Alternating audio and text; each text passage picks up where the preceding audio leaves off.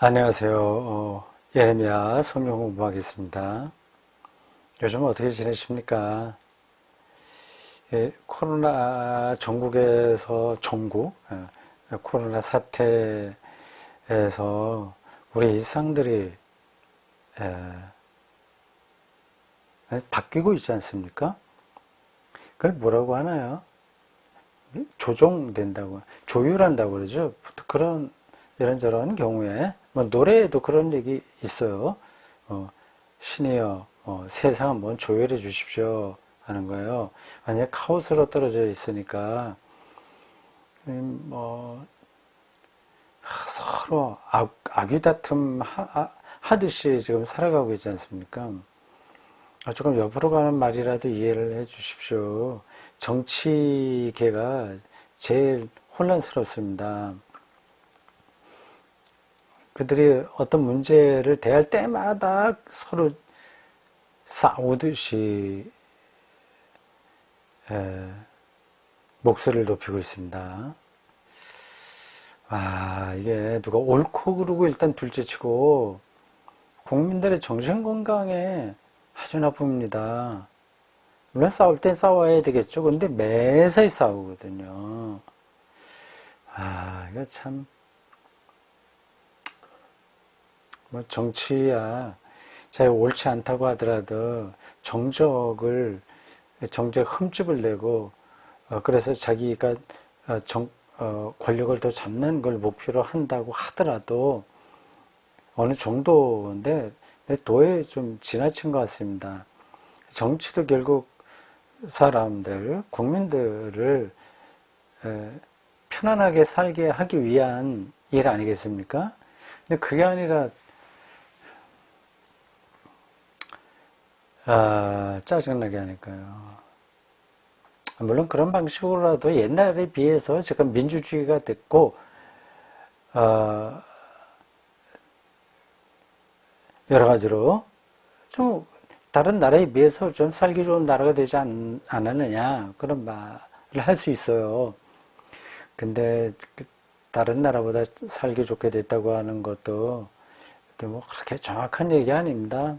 그냥 그 판단 기준이라고 하는 게 정신적인 것보다도 물질적인 게 가장 많아요. 얼마나 더 복지가 잘 됐냐, 그리고 치안이 얼마나 잘 갖춰졌냐, 두루두루 하여튼 그런 거예요. 그리고 1인당 GNP가 얼마냐, 뭐 이런 걸로 다 계산하지 않습니까?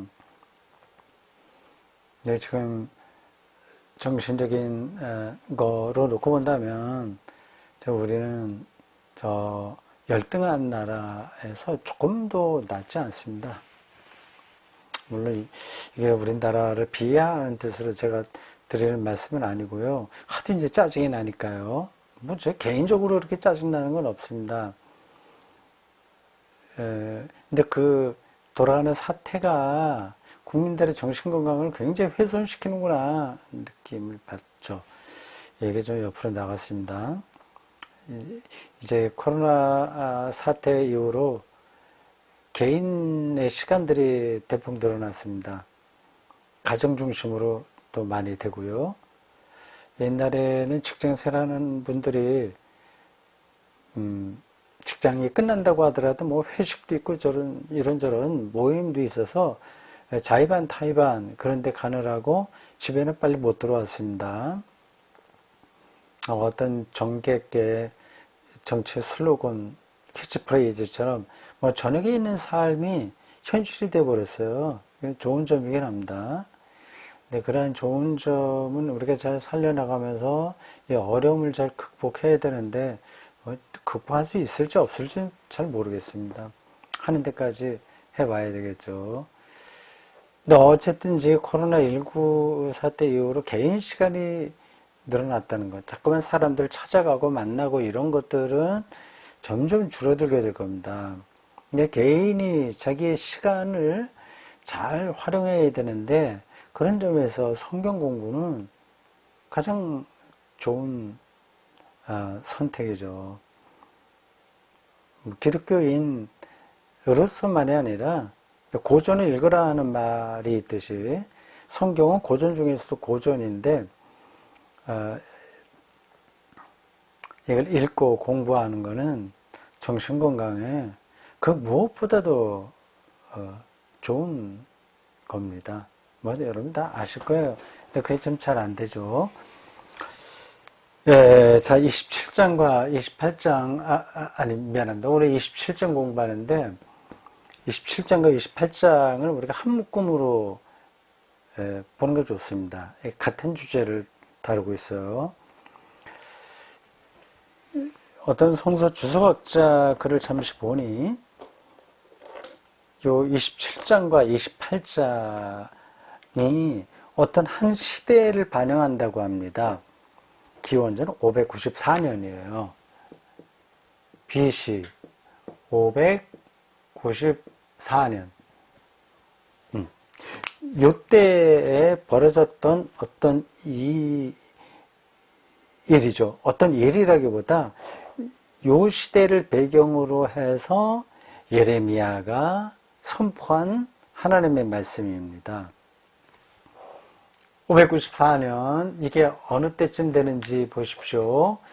바벨론에 의해서 완전히 예루살렘이 멸망한 횟수가 기원전 587년입니다. BC 587년. 그럼 594년에서 한 요 사이가 7년이죠. 7년. 그 7년 있다가 바벨론에 의해서 예루살렘이 함락됩니다. 한 1년 동안 완전히 포위돼요. 그래서 예루살렘이 사실은 천연 요새입니다. 제가 가보진 않았습니다만 옛날부터 그렇게 알려져 있습니다. 예루살렘이요. 이스라엘이 그 가나안을 정복하면서도 이 예루살렘만은 정복을 못했습니다. 뭐 정복이라고 하는 표현이 뭐 적절한지는 모르겠습니다. 근데 거기 여러 원주민들이 살고 있었는데 웬만한 종족은 다 이제 이스라엘 그 민족에 의해서 뭐라고 해야 되나요? 정리가 됐습니다. 근데 예루살렘 미안합니다. 잠깐만요. 뚜껑이 떨어졌네요. 예루살렘은 빨리 되지 않았습니다. 그것을 완전히 평정한 사람이 다윗이에요. 다윗 시대에 이르러서야 예루살렘을 이제 이스라엘이 정복하게 되죠. 천연 요새이기 때문에 그렇습니다. 여기를 바벨론 군사라고 해서 금방 그거를 함락시킬 수 없었습니다. 그 안에서 버티고 있으면 어떻게 그거를 공격하기 힘들었다고 그래요. 로마도 예루살렘을 그 80년에요. 힘들었죠. 그 전에도 좀 뭐 다른 마사단가 뭐 그것도 좀 있었고, 그 정확한 성 이름은 제가 자신은 없습니다. 이스라엘 왕족의 마지막 반 로마 항거를 벌렸던, 그래서 몰살 당했던 그 성 마사다인가 그래 있죠. 예루살렘도 오랫동안 그 외부 침략에서 버텨낼 수 있었습니다. 그래서 588년부터 7년까지 거의 1년 동안 바벨론 군사가 예루살렘을 완전히 포위하고 그 안에서 지칠 때까지 기다리고 있었습니다. 네, 아주 대단한 전쟁이었죠. 근데 이 사이가 7년이에요. 그리고 이미 587년에서 10년 전, 그러니까 BC 597년인가 8년인가 요때에 이미 한 항복했습니다. 이거 제가 몇 번 말씀드렸어요. 근데 근근히 이제 예루살렘에 이제 그 바벨론 군사들이 와서 웬만한 것도 가져가고 함락시키지 않았습니다. 예루살렘 성하고 궁하고 성전을 함락시키지 않고 있는 걸 다 뺏어갔어요. 그렇게 해서 근근히 이제 지탱하고 있는 그 사이입니다. 그러니까 이때의 왕은 시드기야죠. 시드기야. 이때는 완전히 망합니다. 서론이 너무 길었습니다. 자, 27장 보겠습니다. 제목이 이렇게 되어 있죠. 거짓 선지자들과 싸우는 예레미야. 그 시기가 594년입니다. 일단 한 번 바벨론 공격을 받아서 많은 보물들을 빼앗겼고 사람들도 1차로 포로로 잡혀갔고 겨우겨우 명맥만 유지하고 있던 어떤 때 594년에 이제 예레미야가 거짓 선지자들하고 논쟁을 벌이는 상황입니다. 나라 꼴이 말이 아니죠. 누구 책임이냐, 뭐 이러네 저러네, 어떻게 하면 좋냐, 얼마나 많은 자기 주장들이 있었겠습니까? 마치 우리나라 지금 여당하고 야당이 문제만 불거지기만 하면 그렇게 싸우고 있듯이, 물론 제가 양비론에 떨어져서 이런 얘기를 하는 건 아닙니다. 좀 지나치게 트집 잡는 식으로 하는 사람들이 있고,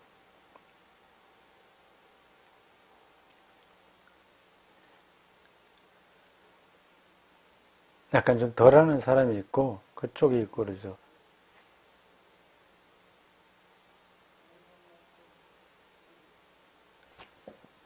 지금 무슨 동네 소식을 전한다고 하는데 잠깐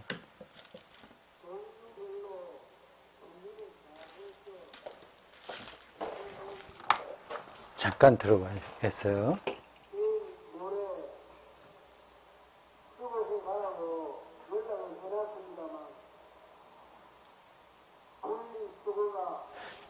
별거 아니네.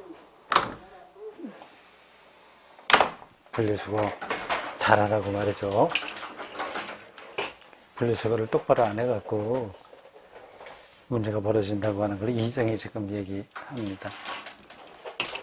저하고는 상관이 없습니다. 저는 분리수거 해서 이제 따로 갖다 버리는데, 이 동네에서 1년에 몇 차례 모아갖고 마당에 갖다 놓으면 그때 이제 해결하기 때문에 그 문제를 얘기하고 있어요.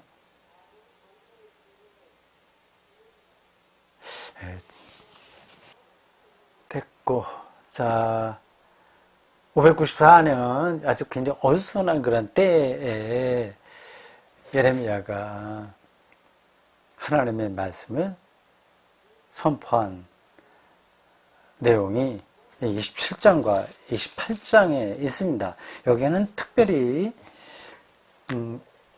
요때 벌어진 사건이에요. 거짓 선지자와의 싸움이에요. 말하다 보니까 그래, 여당하고 야당이 지금 싸우듯이 그때도 싸운 것 같습니다. 뭐 어디 어느 시대이거나 싸움이 없을 때가 사실은 없죠. 모든 면에서 다 그렇습니다. 자, 거짓 선지자들과 싸우는 예레미야, 그 이야기가 27장에 나오고, 28장도 여기는 이제 구체적으로 어떤 한 사람이 등장합니다. 하나냐라고요. 하나냐. 예레미야하고 그냥 속된 편으로 맞짱을 뜨다가 이제 실패했죠. 하나냐. 20장 1절 보겠습니다.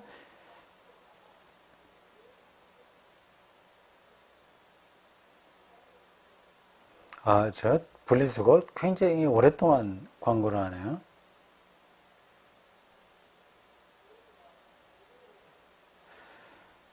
1절 유다의 왕 요시야의 아들 여호야김이 다스리기 시작할 때에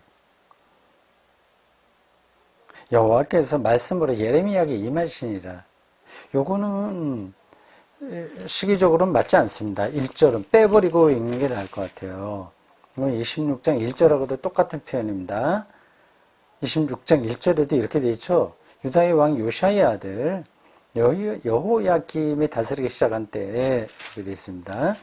예레미야에게 말씀이 임했다. 똑같은 건데 이거는 편집한 사람이 어떤 뜻으로 했는지 우리가 정확하게 모르나 앞뒤가 맞지 않는 겁니다. 여호야김 시대에 예레미야에게 임한 말씀이 아니라 요때거든요. 그렇다면 시드기야 시대에 전한 겁니다. 시드기야. 여호야김은 요시야의 아들이에요. 첫째 아들이겠죠?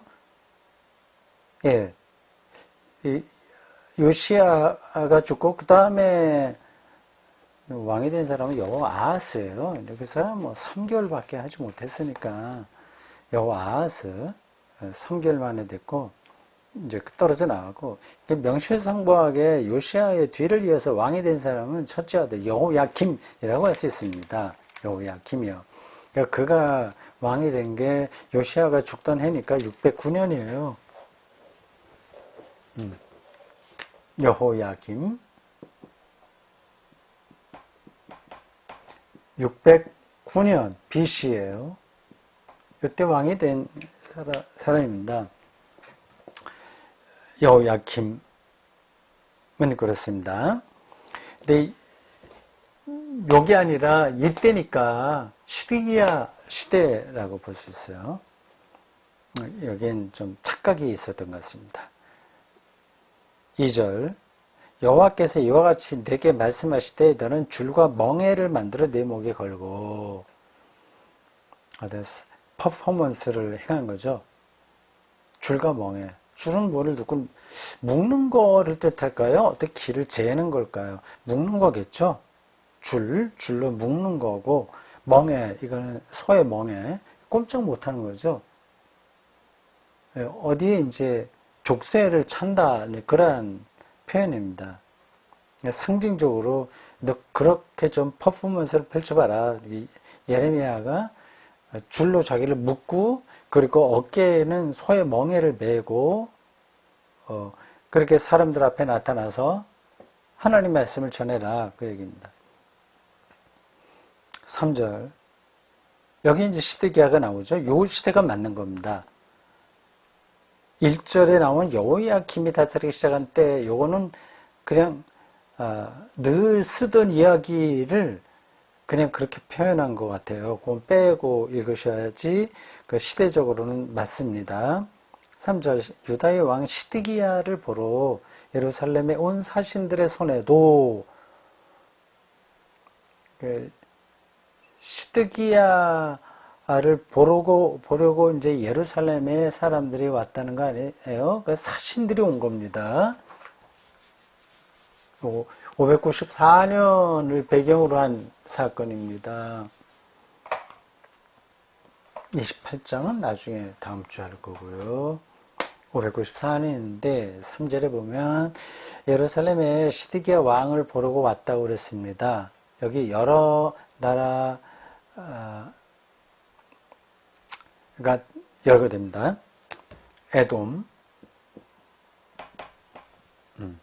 모압, 암몬, 두로, 암몬, 두로, 시돈. 그 당시 그 근처에 있었던 작은 나라들입니다.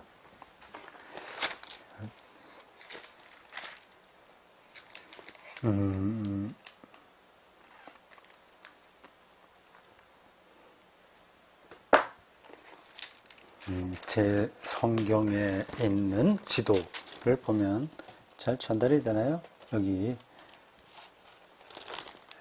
분단된 이스라엘 왕국이 있습니다.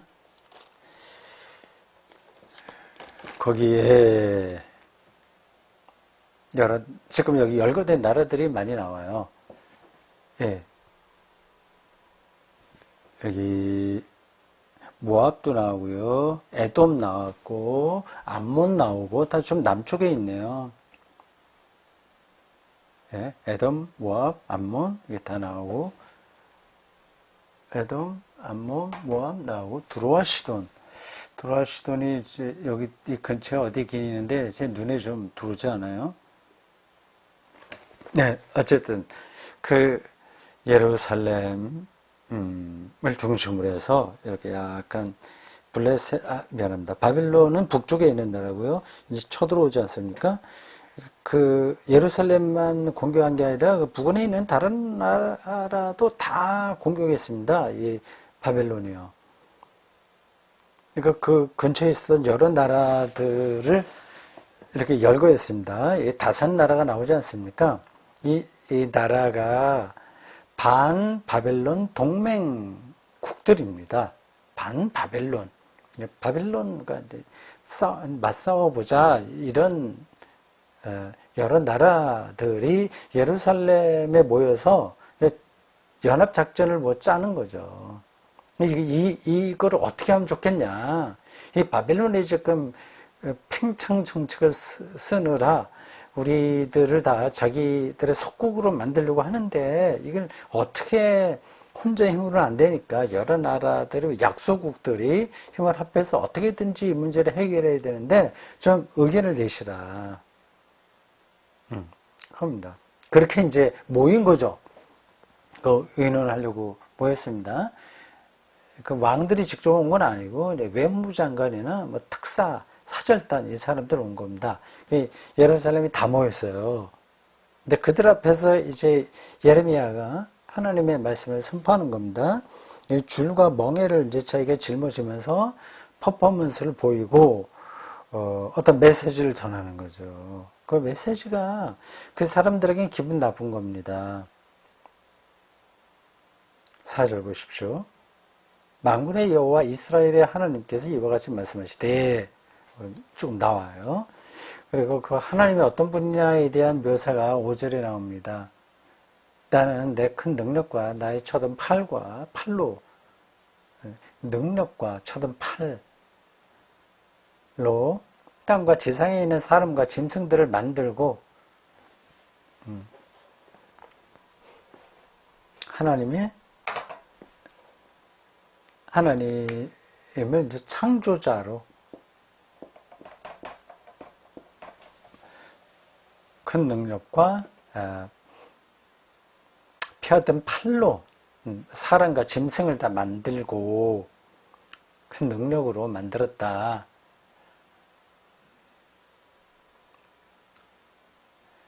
창조 능력이죠. 그게 이런 게 이렇게 와닿지 않을 수 있습니다. 이런 표현들이요. 무슨 창조 능력, 그거는 다 자연과학이 말하고 있는 자연의 어떤 진화라든지 이러한 힘들이지. 저절로 그렇게 된 거지. 뭐 하나님이 만드셨겠어. 그런 생각들을 할 수가 있습니다. 그 문제는 아주 이제 전문적이기 때문에 제가 여기서 자세하게 설명하지 않겠습니다. 다 일리가 있는 거예요.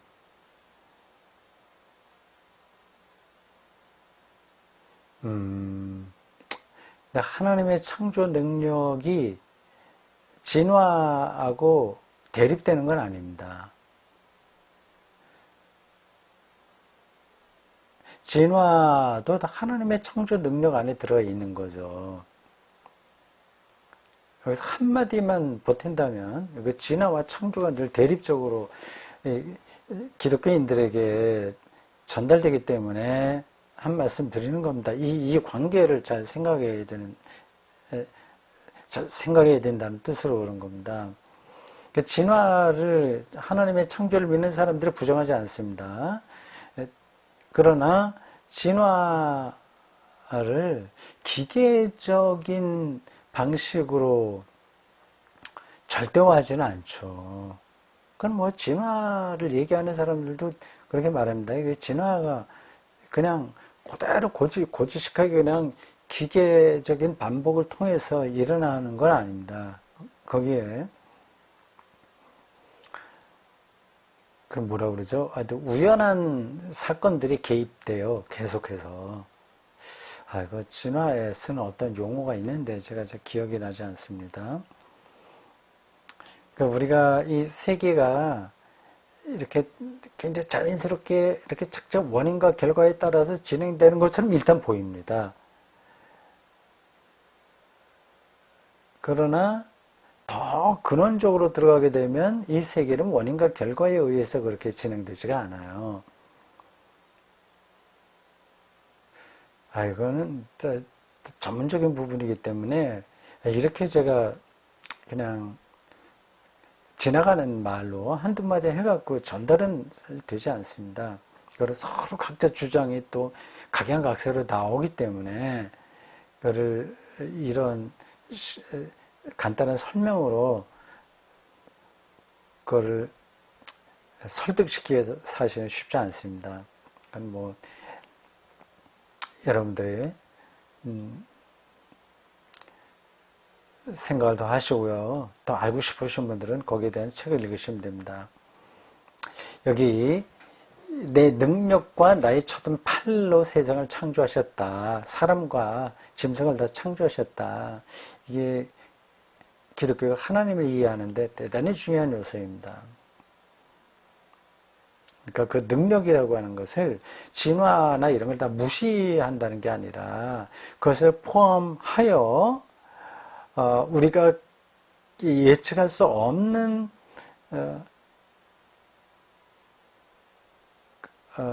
방식으로 세상을 창조하고 지금도 보존하고 완성시키신다 그 얘기입니다. 뭐 그렇게만 하고 넘어가겠어요. 그리고 5절 후반절에 이렇게 얘기합니다. 내가 보기에 옳은 사람에게 그것을 주었노라. 사람과 짐승을 다 주었다. 처분권을 주었다고 하는 거죠. 내가 보기에 옳은 사람. 하나님 보시기에, 하나님 보기에 옳은 사람이라고 되어 있어요. 이렇게 성서기자들이 말하는 이유는 세계의 여러 가지 움직임, 인간의 운명 그런 것들이 손에 들어오지 않는다는 겁니다. 무엇이 옳고 그른가에 대한 우리의 생각들이 어느 정도는 있어요. 그걸 우리가 생각하며 살긴 살아야 됩니다. 그러나 그게 늘 절대적이지 않습니다. 우리의 생각은 아무리 이성적이고 합리적으로 잘 간다고 하더라도 늘 제한적입니다. 다 알 수가 없어요.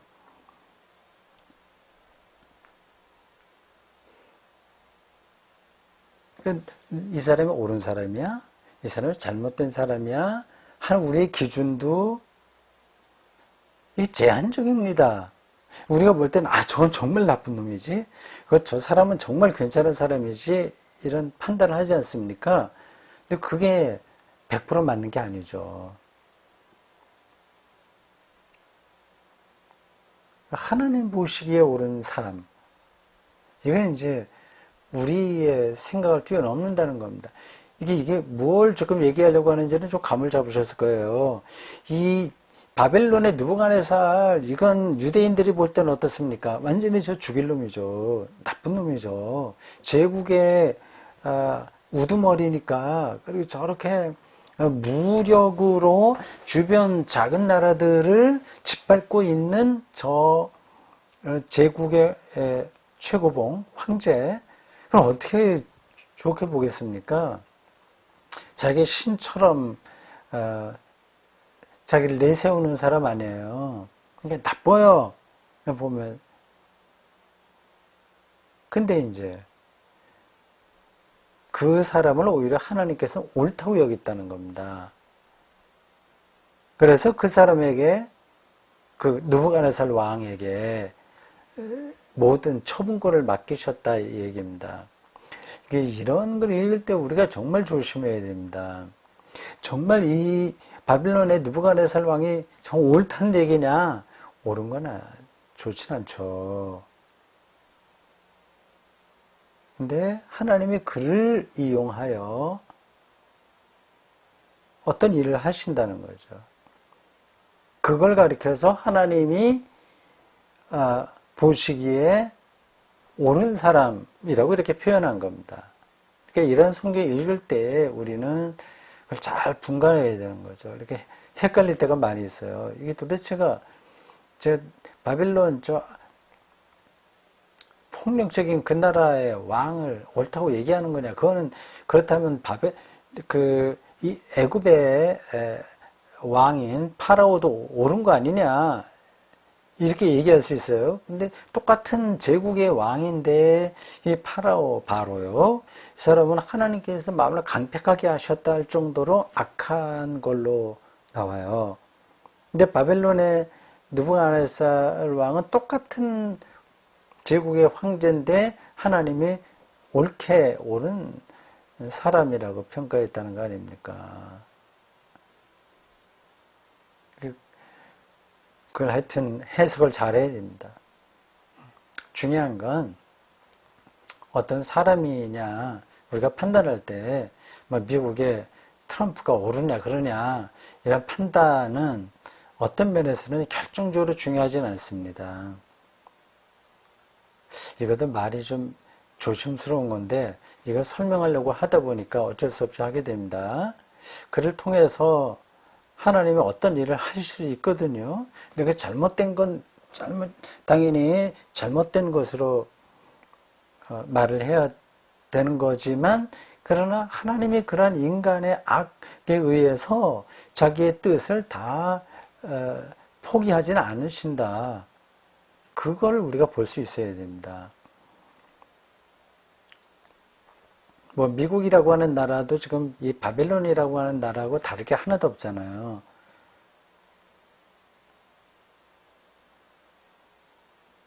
네, 그렇게 되어 있습니다.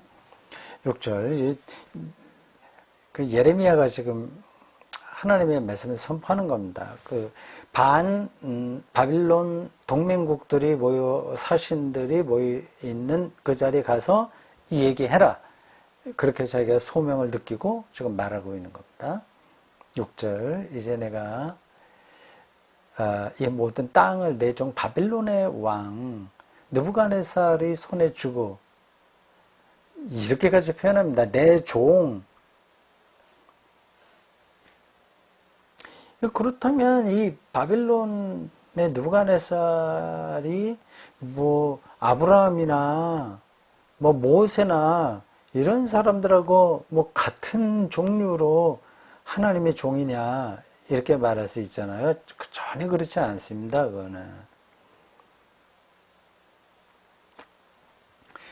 국제 질서의 커다란 그 물레바퀴처럼 돌아가는 거기서 어떤 역할을 한 사람을 하나님께서 사용하신다. 그렇게 보면 됩니다. 그러니까 느부갓네살 이런 사람을 아브라함이나 모세처럼 비슷하게 하나님의 종이라고 말할 수는 없습니다.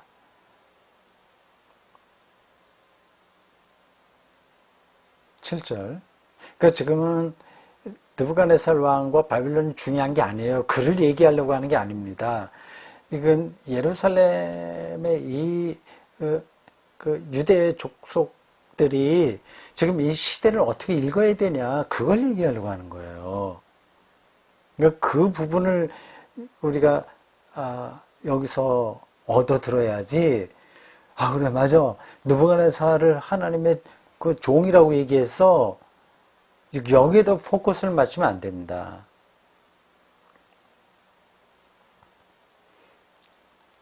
(7절) 그래서 다 이제 바벨론 사신들 모여있을 때 이 얘기를 하는 거예요. 그러니까 바벨론에 가서 섬기라.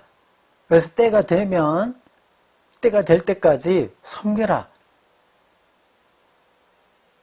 이것이 바로 여호와의 말씀이다. 그런 거죠.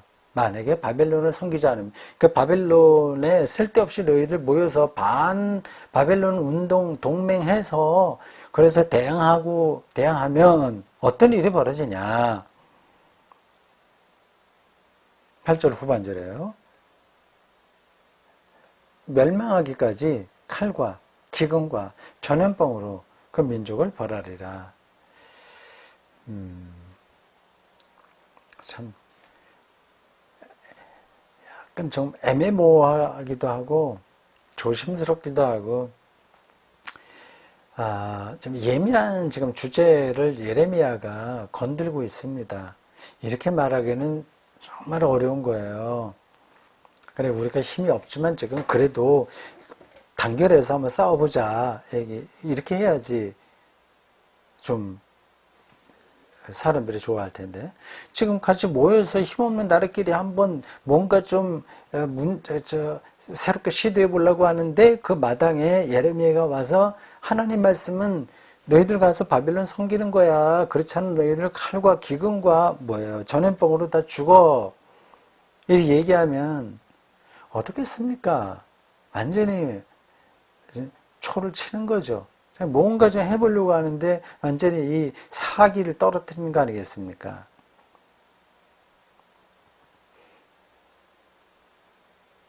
결국 이 시드기야는 여기 나와요. 요 시대에서도 왕이 시드기야입니다. 시드기야는 결국 반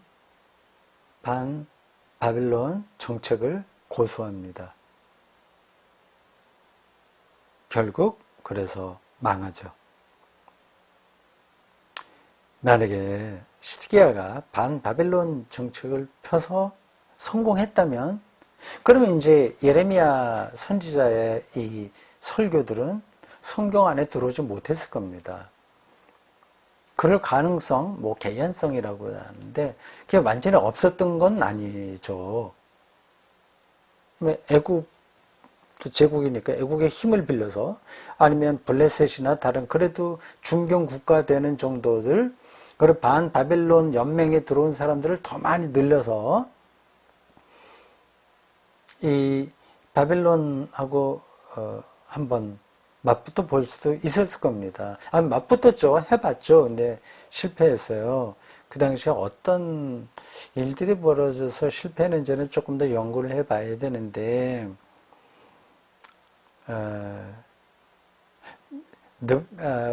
예레미야는 선지자이고 역사가로서 학자이고요. 또 정치인이라고도 할 수 있어요. 정치에 굉장히 개입을 많이 한 겁니다. 이렇게 들어온 거 보면. 지금 돌아가서 생각해 보십시오. 일제가 우리 한일 합방하려고 할 때 우리가 싸워야 된다. 우리 힘으로만 안 된다면 중국이나 러시아나 이런 데 힘으로 합해서 우리가 일본 1910년 한일 합방 그렇게 다들 우리 싸워야 된다 그렇게 얘기하는 사람들이 맞겠습니까? 이건 대세니까 어쩔 수 없다. 일단 이걸 우리가 받아들이고 나중에 좀 힘이 우리의 국력이 좀 갖춰지면 그때 또 독립해도 된다 그렇게 주장하는 사람들이 옳았겠습니까? 이건 이제 역사가 지난 다음에야 이제 답은 알지만 그 당시에는 사실은 답을 알기가 쉽지 않습니다. 물론 이건 전제해야 되죠. 국가나 민족보다는 자기 안위를 위해서 그냥 일본을 받아들이는 사람들이 있었다면 그건 이제 책임을 물어야 되겠죠. 근데 이게 그렇게 간단한 문제는 아니라고 하는 겁니다. 일단 다 정직한 사람들이야. 다 애국자야. 그걸 전제하고 정책에서는 다를 수 있는 거예요. 지금 예레미야가 살았던 그 시대 전국이 그랬습니다. 예레미야는 바벨론에게 항복해라. 가서 그를 섬겨라. 그럼 우리가 산다. 그 때가 되면 그 다음에 우리가 돌아와서 뭔가 할 수 있다 얘기한 거고, 시드기야 왕은 이제 다른 28장에 가면 하나니아 선지자가 대표적이지만 이런 사람들의 이야기를 듣고 바벨론하고 맞서서 싸우려고 하다가 완전히 괴멸당하고 맙니다.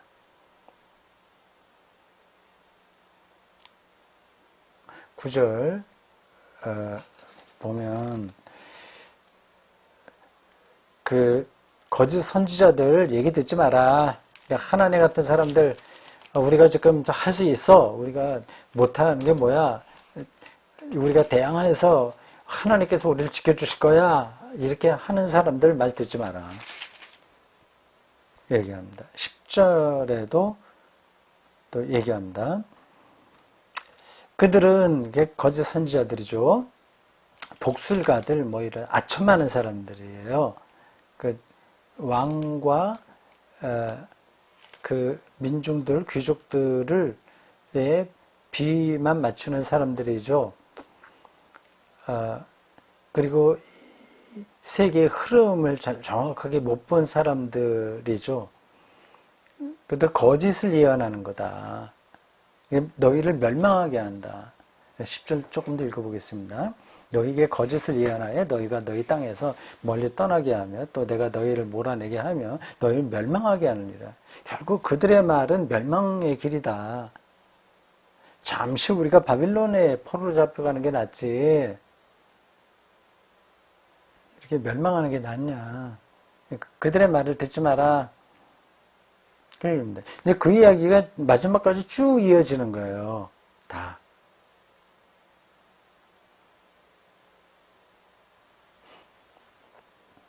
(14절에) 여기도 거짓 예언 하는 사람들 말 듣지 마라. 그게 반복됩니다. 15절에도 거짓 예언이에요. 이걸 구분하기가 사실 쉽지 않습니다. 저 사람이 거짓 예언하는지 진짜 예언하는지 누가 판단하겠어요? 이건 판단의 기준을 제가 말씀드린 적이 있습니다. 다시 반복하지는 않겠어요. 결정적으로는 역사가 판단하죠. 그 전에는 역사가 지나가기 전에는 그 앞서 있었던 역사에 근거해서 판단해야 되겠죠. 신학적으로 얘기하자면 저 사람의 설교가 지금 2000년 동안 온 그러한 기독교 신앙 전통에 근거해서 볼 때 옳으냐 그르냐 그렇게 판단해야 되죠.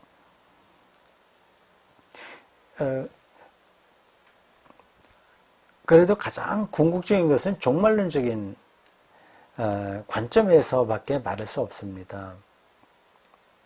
그러니까 지금 2000년 동안 내려오는 기독교 신학의 전통을 저 사람이 바르게 알고 끌고 가고 있는지 아닌지 그거 판단하기도 사실 쉽지 않은 거잖아요. 신학적인 논쟁이 계속되지 않습니까? 제가 몇 번 예로 든 히틀러 시대에 독일 교회는 히틀러 나치즘을 옹호 내지 방관했습니다. 대단히 신학적으로 뛰어난 사람들인데도 그렇게 됐어요. 이게 쉽지 않은 겁니다. 결국은 역사적인 판단인데 그것은 종말론적인 심판이라고 합니다. 그러니까 우리 모두는 다 종말의 심판대 앞에 선다는 각오로 일을 해야 되죠. 그러니까 누구나 다 거짓 예언자의 위험성이 있습니다. 불안한 거죠. 그러니까 알고도 그렇게 할 수도 있고 모르고서도 거짓 예언자가 될 수 있습니다. 계속해서 그 얘기를 하고 있습니다.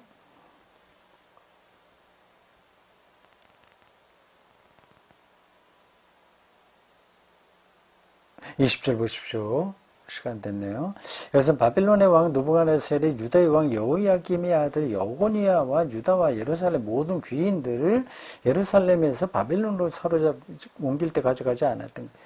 그러니까 요거부터 좀 앞서 597년인가 1차로 포로로 잡혀갔을 때 그때 많은 물건을 가져갔는데 그 좀 남아 있었던 거 그거 갖고서 이걸 어떻게 처리하냐 그런 문제들을 이야기한 겁니다.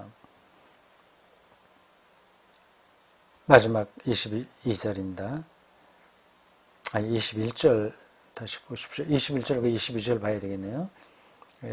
이 시대에 전후에서 얽혀진 이야기들을 배경으로 하는 겁니다. 여호와 이스라엘의 하나님께서 여호와의 성전과 유다의 왕의 궁전과 성전, 궁정, 예루살렘에 남아있는 그 기구에 대하여 1차로 포로로 잡혀갔을 때 다 가져가지 못해서 남아있는 것에 대해서 이와 같이 말씀하십니다 하면서 마지막 22절 그것들이 바벨론으로 옮겨지고 마지막 모든 게 이제 다 빼앗기는 거죠. 이제 강탈당하는 거죠. 전쟁에서 지면 모든 게 다 가는 거예요. 사람도 가고 뭐 모든 보화, 귀금속 다 갑니다. 돌보는 날까지 거기 있을 것이니라 거의 포로 생활 끝날 때까지 거기 남게 된다. 그 후에 내가 그것을 올려와 다시 가지고 와 이곳에 그것들을 되돌려 두리라 여호와의 말씀이니라.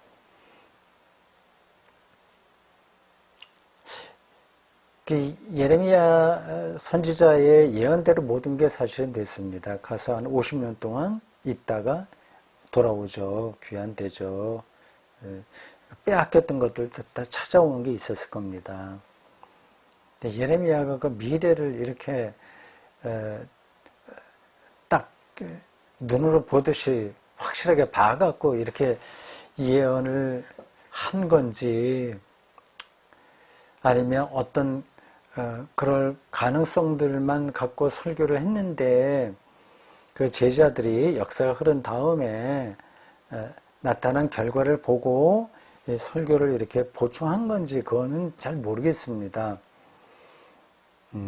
예언자라고 해서 어떤 방향성만 아는 거지 일일이 그게 어떻게 될 거다 이스라엘이 바벨론을 갔다가 언제 후에 뭐 몇 년 후에 돌아올 거다 그런 것까지도 알 수는 없습니다. 방향은 이제 분명히 알죠. 그 방향에서 정확했기에 이 예레미야가 이스라엘에서 손꼽을 만한 선지자로 인정받은 겁니다. 여기까지 할까요? 자, 수고했습니다.